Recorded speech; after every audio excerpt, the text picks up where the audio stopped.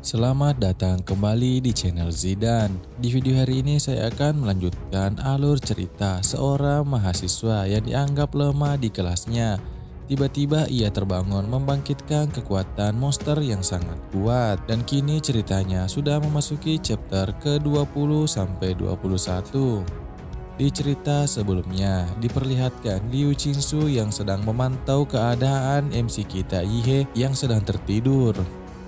Di dalam ruang kontrol, Liu Qingsu dan ibunya memantau perkembangan Yihe yang sedang mempelajari sebuah teknik martial art. Liu Qingsu kemudian berkata, ketika Yihe baru saja tertidur, ada senyum puas di wajahnya, seolah-olah dia sedang melakukan sesuatu yang membahagiakan di dalam mimpinya. Tapi sekarang tiba-tiba ia kejang-kejang, seluruh tubuh masih berlumuran darah.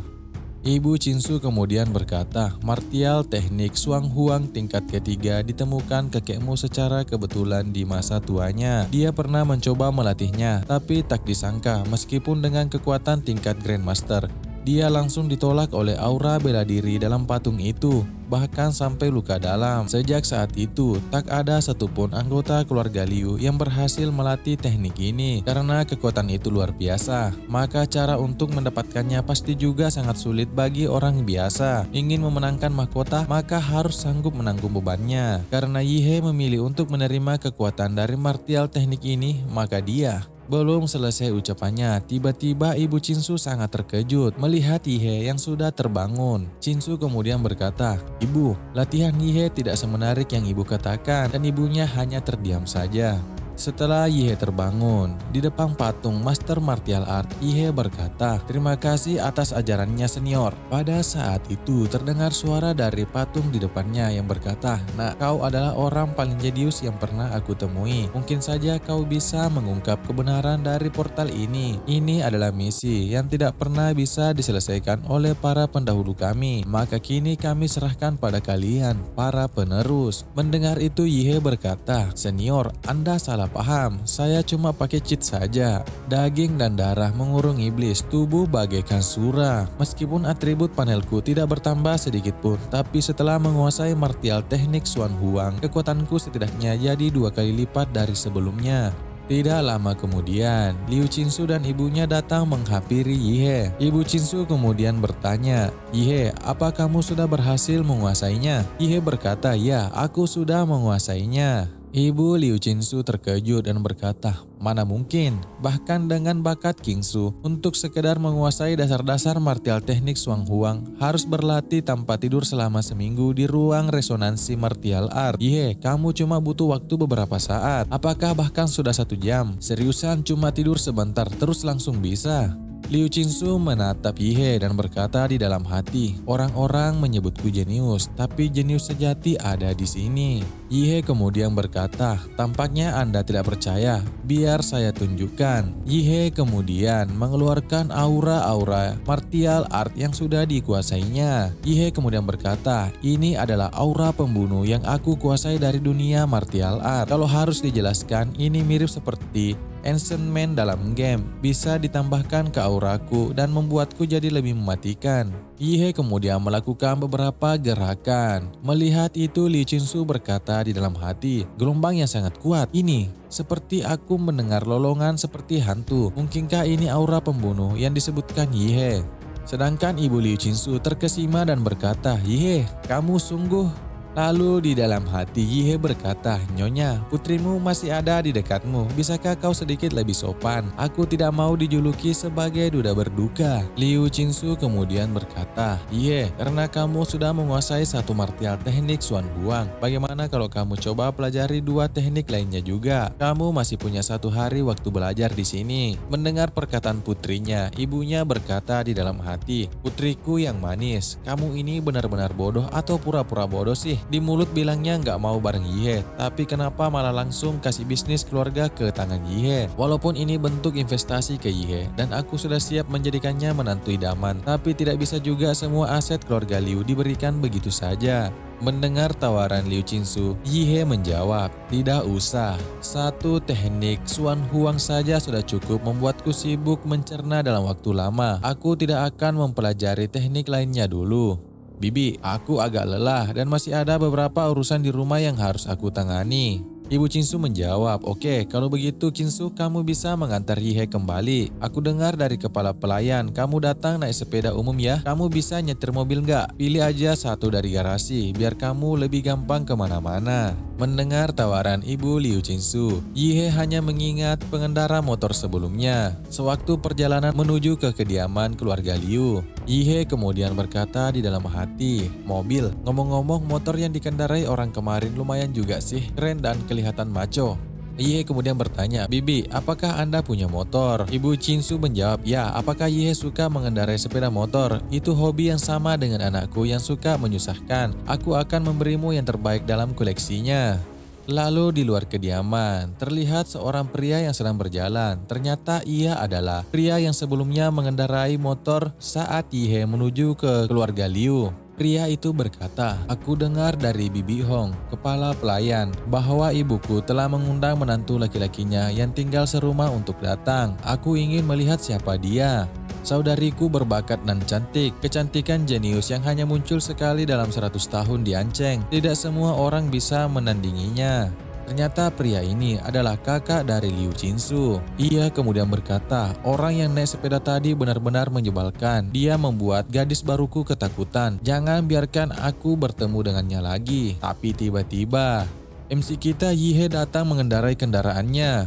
Kakak Liu Chinsu berbalik dan berkata, "Orang yang baru saja lewat, bukankah dia yang mengendarai sepeda? Dan bukankah itu sepeda motorku yang dikendarainya?"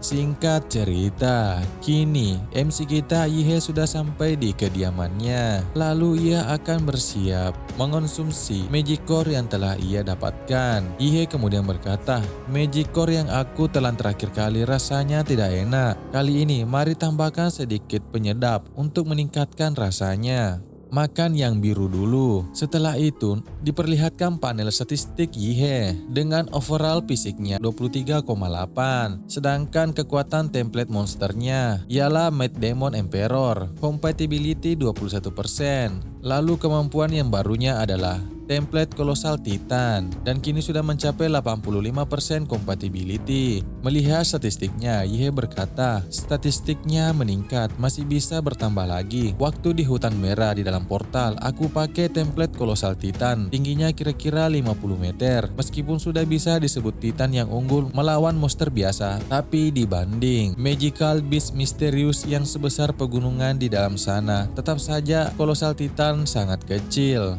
Harus lebih besar, tambahkan semua poin ke template Colossal Titan." Lalu Yihe kemudian lanjut mengonsumsi Magic Core. Ini dia Magic Core tingkat emas dari Dominic Ghostvine tingkat kedua. Setelah menelannya, tiba-tiba muncul aura yang sangat kuat dari tubuh Yihe dan notifikasi sistem muncul. Template Mad Demon Emperor menyerap gen dari makhluk tanaman khusus, menghasilkan mutasi khusus. Apakah host ingin mencegah mutasi template? Melihat itu, Yihe berkata, "Apa mutasi? Mutasi berarti akan berubah menjadi template monster dengan atribut yang berbeda. Jika berubah menjadi atribut yang menguntungkan, itu baik. Namun, jika berubah menjadi atribut yang merugikan, itu berarti evolusi terbalik. Ah, peduli amat, sekali-sekali taruhan besar, aku memilih ya." Lalu sistem muncul, "Selamat kepada host, Anda telah membuka template isotop tingkat S." Lalu terlihat siluet kemampuan yang baru. Melihat itu, Yihe sangat terkejut dan sistem muncul. Saat template Mad Demon Emperor mencapai 100%, terdapat kemungkinan 2% untuk berubah menjadi Planet Demon Emperor. Melihat itu, Yihe berkata, "Planet Demon Emperor kedengarannya sangat kuat, tetapi template saat ini perlu mencapai 100%. Tampaknya aku harus menaikkannya sesegera mungkin."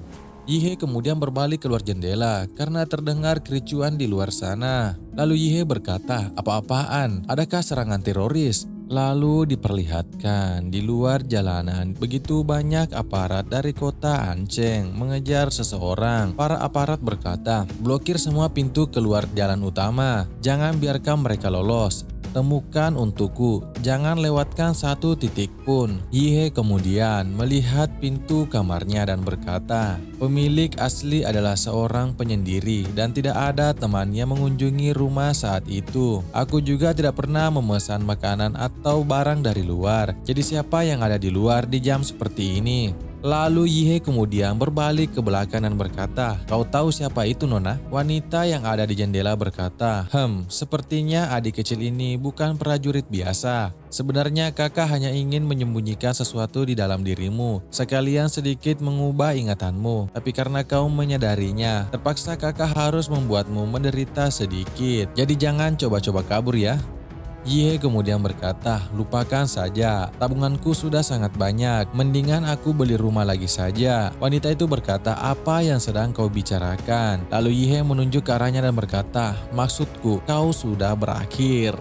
Berpindah di luar kediaman, di jalanan terlihat seseorang sedang bertarung. Lalu para aparat berkata, "Dia menunjukkan celah, tangkap dia." Lalu pria itu tersenyum dan berkata, "Yao Yime, kau harus membawa gen emas pergi dari sini. Aku, Soyi, ada di sini untuk menarik perhatian mereka." Lalu ia tertawa, "Hahaha, ayo serang aku. Nyawaku yang tua ini ditukar dengan kalian semua sangat layak." Lalu tiba-tiba dari arah kamar Yihe, sebuah pantulan cahaya menerjang keluar jendela. Dan sepertinya itu merupakan serangan dari Yihe. Pria itu terkejut karena sesuatu terjatuh di dekatnya. Ternyata itu adalah wanita sebelumnya yang ada di jendela kamar Yihe.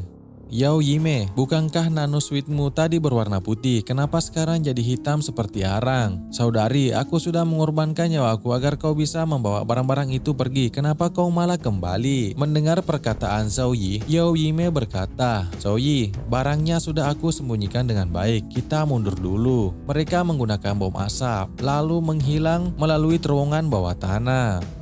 Tidak lama kemudian, mereka sudah berhasil kabur dan kini mereka berada di sebuah reruntuhan. Yu Yime berkata akhirnya berhasil menyingkirkan para polisi itu. Lalu Zoe berkata, "Tidak heran ini Nano Sweet, serangan barusan bisa pulih secepat ini." Akan tetapi, sebuah langkah kaki mendekati mereka dan terdengar suara berkata, "Nona cantik, kau belum menjelaskan padaku kenapa kau menyerbu rumahku." Ternyata dia adalah MC kita. Yihe datang mencari mereka. Yihe berkata, "Kalian seharusnya sadar apa masalah serius di sini. Kalian asal pilih tetangga secara acak, malah kena giliran sama aku. Sebagai hadiah karena telah berhasil menghancurkan rumahku, aku akan bermain denganmu." Zoe berkata, "Bagaimana kau bisa menemukan kami?" Di dalam hati Yihe berpikir, "Aku dapat merasakan radiasi nuklir pada Yao Yime." Lalu Yihe berkata kepada mereka, "Kalau bisa bertarung, nggak usah banyak bacot." Yihe melompat menerjang ke arah mereka bersiap menyerang. Yihe berkata, "Pas banget, kalian bisa jadi kelinci percobaan buat menguji kekuatan Bodybone Demon Prison." Zoe bersiap menahan serangan Yihe. Ia berkata, "Ini buruk." Yihe mendaratkan pukulannya, tetapi serangan itu menembus dada Zoe. Lalu Zoe terluka parah. Yihe kemudian bersiap meninju menggunakan tangan kirinya lagi. Lalu pukulannya mengenai wajah Zoe dan membuatnya terlempar. Melihat itu, Yao Yime sangat terkejut dan berkata, "Martial art yang sangat kuat. Saudara, siapa gurumu?" Yihe tertawa dan berkata, "Aku belajar dari Demon Emperor." Mendengar itu, Yao Yime terkejut dan berkata, "Demon Emperor belum pernah ku dengar, tapi nggak nyangka kota kecil Anceng menyimpan bakat-bakat tersembunyi." Akan tetapi, Zoe bangkit dan berkata, "Bocah, jangan sombong dulu." Zoe menggunakan kekuatan martialnya, True Form of the Magical Beast, Iron Crown Rhino. Zoe berkata, "Aku adalah prajurit tingkat 6 dan aku bukanlah seseorang yang bisa dikalahkan oleh seorang martial apprentice kecil sepertimu." Zoe berjalan ke arah Yihe. Martial teknik, Momentum of the Five Step Formation. Yihe tersenyum dan berkata, "Ini baru menarik." Akan tetapi tiba-tiba dari arah belakangnya, Yao Yime datang dan berkata di dalam hati, "Hai kawan, kau tidak menyangka Nano Sweetku bisa jadi tidak terlihat kan? Akulah penyerang sesungguhnya." Akan tetapi Yihe menyadari kehadirannya dan berkata, "Minggirlah," sambil mengeluarkan serangan langsung ke perutnya. Yao Yime terlempar. Melihat itu Zoe berkata, "Yao Yime, sampah seperti dia, bahkan serangan mendadak pun gagal." Zoe semakin kesal, ia melompat menyerang Yihe dan berkata, "Kau masih harus mengandalkanku." Sedangkan Yihe berkata, sini maju." Kini pukulan mereka berdua berbenturan. Lalu Yihe berkata, pertahanannya meningkat pesat. Zhou Yi tersenyum lebar dan berkata, "True form of magical beast, Iron Crown Rhino, aku dapat dengan mudah menghalau tank dan meriam. Jadi kenapa kau coba menghancurkan pertahananku? Bukan hanya pertahananku, tapi kekuatan seranganku juga meningkat." Zhou Yi menyerang Yi He yang masih terkejut. Yi He tidak dapat menghindar, dan pukulan Zhou Yi mengenai Yi He dan membuatnya terlempar mundur. Apakah yang terjadi kepada Yi He? Menarik untuk kita nantikan. Sampai jumpa di chapter selanjutnya. Sekian dan terima kasih.